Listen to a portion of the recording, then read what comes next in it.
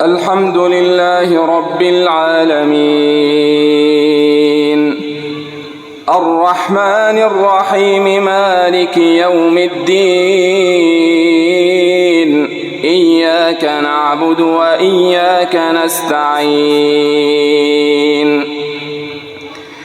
اهدنا الصراط المستقيم صراط الذين أنعمت عليهم غير المغضوب عليهم ولا الضالين آمين. ودخل معه السجن فتيان قال أحدهما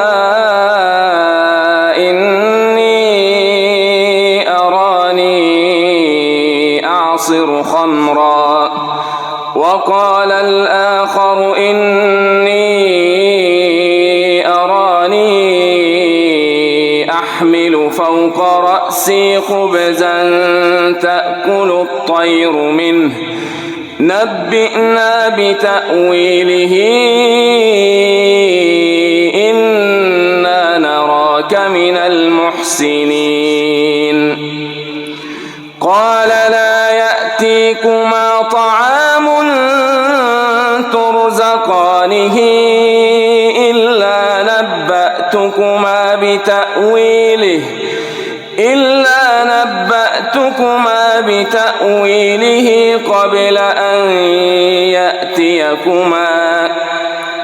إلا نبأتكما بتأويله قبل أن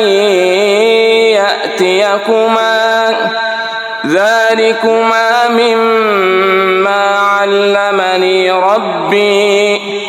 إني تركت ملة قوم لا يؤمنون بالله وهم بالآخرة هم كافرون واتبعت ملة آبائي إبراهيم وإسحاق ويعقوب